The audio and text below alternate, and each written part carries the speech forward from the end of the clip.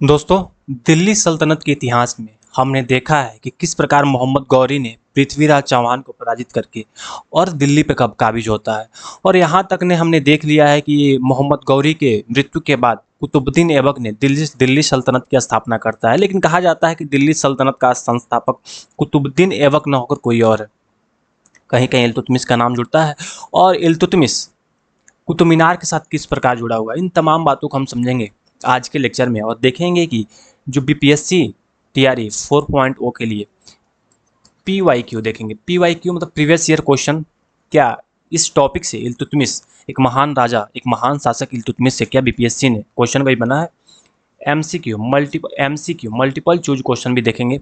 कौन कौन से ऐसे क्वेश्चन है जिसकी संभावना ज़्यादा है बनने का, तमाम चीज़ें देखेंगे, समझेंगे। तो चलिए बिना लेट किए वीडियो को शुरुआत करते हैं। उससे पहले आपको बता दूं, अगर आप बीपीएससी टीआरई की तैयारी कर रहे हैं तो उस चैनल से जुड़ जाइए और सब्सक्राइब कर लीजिए, क्योंकि मेरा स्पेशल टारगेट उन टीआरई के बच्चों के लिए है जो बच्चे अपना टीआरई में जनरल स्टडीज़ कवर करना चाहते हैं। जो लगभग 40 नंबर आता है जनरल स्टडीज़ से कवर करना चाहते हैं, वो सारे चीज़ मैं यहाँ से कवर कराऊंगा। ठीक है, चलिए हम देखते हैं कि इल्तुतमिश जो एक महान शासक हुआ, इल्तुतमिश का आरंभिक जीवन। देखो, इल्तुतमिश कौन था? एक गुलाम था। इल्तुतमिश कौन था? एक गुलाम था। किसका गुलाम था? कुतुबुद्दीन ऐबक। कुतुबुद्दीन ऐबक का गुलाम था। कुतुबुद्दीन ऐबक का गुलाम था इल्तुतमिश। और कुतुबुद्दीन ऐबक किसका गुलाम था? मोहम्मद गौरी। मोहम्मद गौरी मतलब, देखो, इल्तुतमिश कुतुबुद्दीन ऐबक का गुलाम था। इल्तुतमिश जो था, इल्तुतमिश कुत इल्तुतमिश कौन था? कुतुबुद्दीन ऐबक का गुलाम था।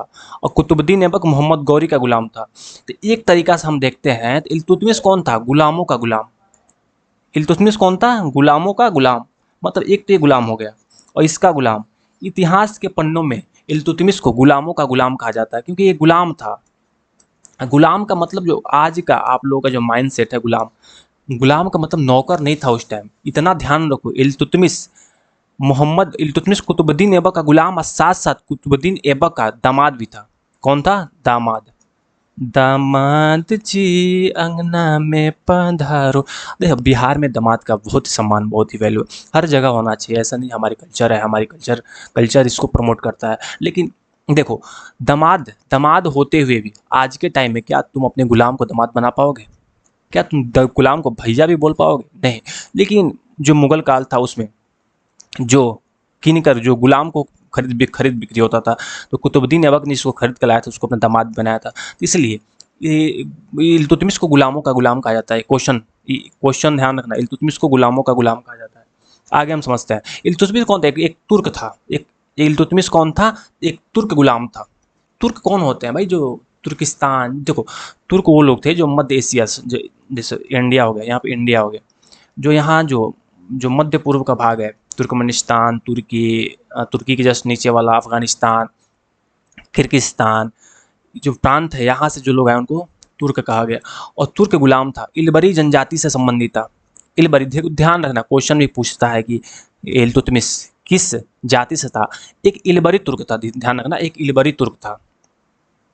और उसको बचपन में बेच दिया गया था, बाद में उसको किसी ने खरीदा। और कुतुबुद्दीन ऐबक की पहचान, ऐबक ने इसकी योग्यता देखकर पुत्री रजिया से विवाह कराया।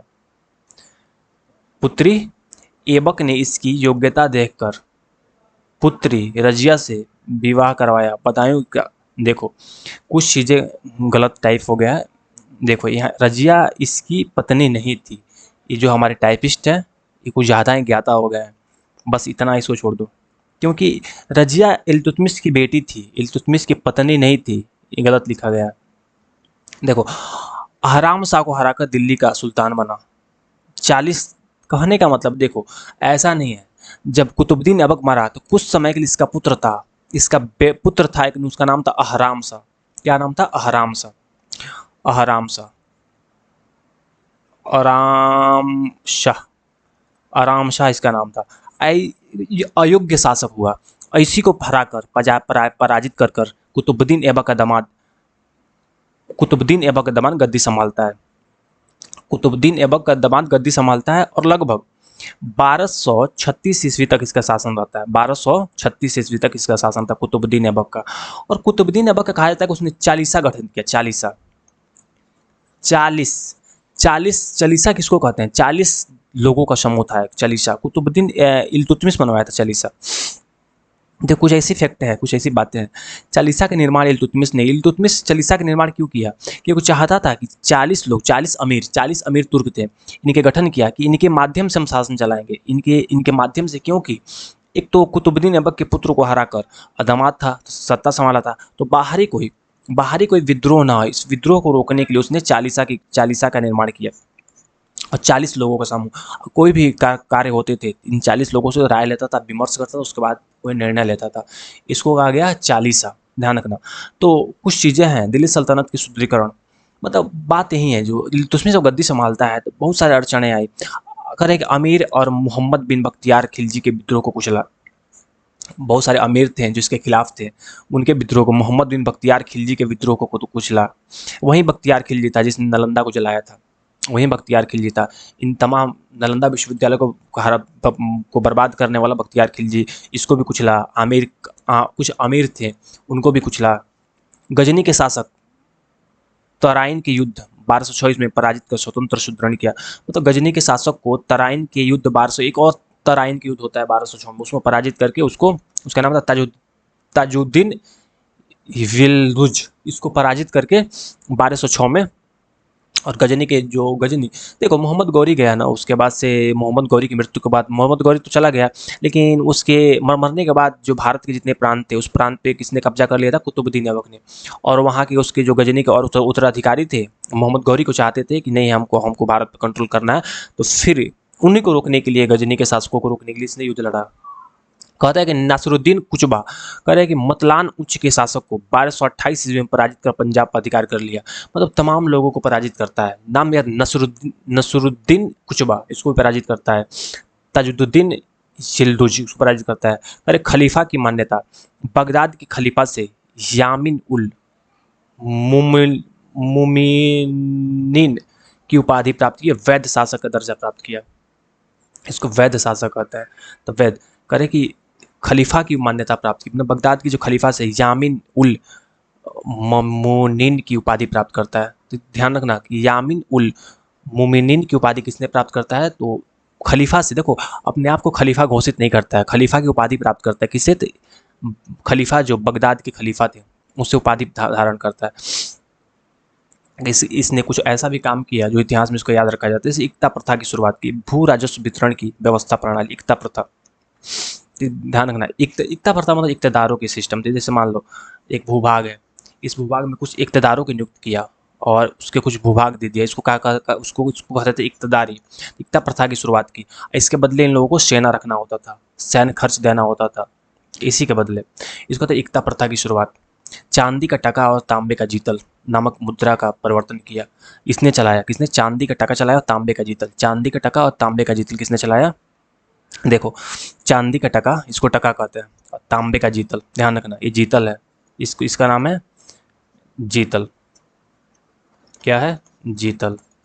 और चांदी का क्या है? टका। टका। तो चांदी का टका और तांबे का जीतल की शुरुआत किसने की? तो इल्तुतमिश ने की। 40 दल तुर्क अमीरों की शक्तिशाली सलाहकार परिषद बनाया था और राजकीय दीवान, केंद्रीय प्रशासन की ढांचा का निर्माण किया था। तमाम चीजें इसकी। देखो सैन्य अभियान 1206 में ताजुद्दीन इलूज को तराइन ने पराजित किया। फिर 1225 में बंगाल पर अभियान किया और मलिक अली को पराजित किया, मलिक और मर्दान को पराजित किया 1225 में। फिर 1226 से 28 में राजस्थान अभियान किया और रणथंभौर, मंडौर, जालोर पर विजय स्थापित की। 1228 में नसरुद्दीन कुचबा को पराजित कर पंजाब को जीत लिया। और तमाम ऐसे युद्ध लड़ा। कहा जाता है कि मंगोल आक्रमण जो 1221 ईस्वी में मंगोल आक्रमण में इल्तुतमिश ने राजकीय कूटनीतिक से भारत को बचाया था। युद्ध नहीं, वार्ता कीजिए मंगोलों से, क्योंकि मंगोल बहुत ही आक्रमणकारी थे, मंगोली बहुत प्रभावशाली थे। उनसे बचने के लिए इसने कूटनीति की सहारा ली थी 1221 ईस्वी में मंगोलों से बचने के लिए। देखो तो इल्तुतमिश बहुत ही महान शासक हुआ। इसकी देखो कहा जाता है कि कुतुब मीनार की शुरुआत, कुतुब कहा जाता है, मतलब कुतुब मीनार की शुरुआत तो कुतुबुद्दीन ऐबक ने अपने गुरु जो गुरु थे कुतुब बख्तियार काकी के याद में बनवाना शुरू किया था कुतुब मीनार। किसने किया था? तो कुतुबुद्दीन ऐबक ने शुरुआत की थी। लेकिन इसका निर्माण का कार्य देखो 1206 से लेकर 1200 10 तक तो शासन किया कुतुबुद्दीन ऐबक और 4 साल में मर गया। इसके मरने के बाद गिर के मर गया। गिर के मरने के बाद जो सत्ता संभाला वो है वो सत्ता संभाला और 2 साल तक तो सत्ता में लड़ाई होता रहा, क्योंकि 2 साल तक इसका पुत्र रहा और 1212 ईस्वी में जाकर गद्दी संभालता है कुतुबुद्दीन ऐबक इल्तुतमिश। और इल्तुतमिश ने क्या किया, जो कुतुबुद्दीन ऐबक द्वारा आरंभ किया गया कुतुब मीनार को इल्तुतमिश ने पूर्ण कराया। उसके बाद इसने सुल्तान गरीब की मजार लाहौर में नागौरी दरगाह का निर्माण कराया, सूफी परंपरा को संरक्षण दी। ध्यान रखना कि लाहौर में नागौरी दरगाह का निर्माण किसने कराया, तो सुल्तान गरीब की मजार भी कहा जाता है इसको, सुल्तान गरीब की मजार इल्तुतमिश ने कराया था। कुतुब मीनार का पूर्णतः निर्माण इसने कराया था। शिक्षा और साहित्य में भी काम, मिनहाज उस सिराज जैसे विद्वान को संरक्षण दिया। इसी ने मिनहाज उस सिराज ने तबकात नासरी जैसे रचना की। लिखो, तबकात नासरी की रचना किसने की, मिनहाज उस सिराज। और मिनहाज उस सिराज, तबकात नासरी और मिनहाज उस सिराज कौन था, तो शिक्षा और साहित्य में मिनहाज उस सिराज ने तबकात नासरी की रचना की। बहुत बड़ा विद्वान था। तो देखो, दिल्ली सल्तनत का वास्तविक संस्थापक कहा जाता है, मैं बता चुका हूँ आप लोगों को। एकता प्रथा और मुद्रा शुद्धिकरण किया, टका और जीतल चलाया। टका और जीतल चलाया। टका क्या था, चांदी का था। टका कौन था, चांदी का था। और जीतल तांबे का निर्मित था। ध्यान रखना, टका और जीतल।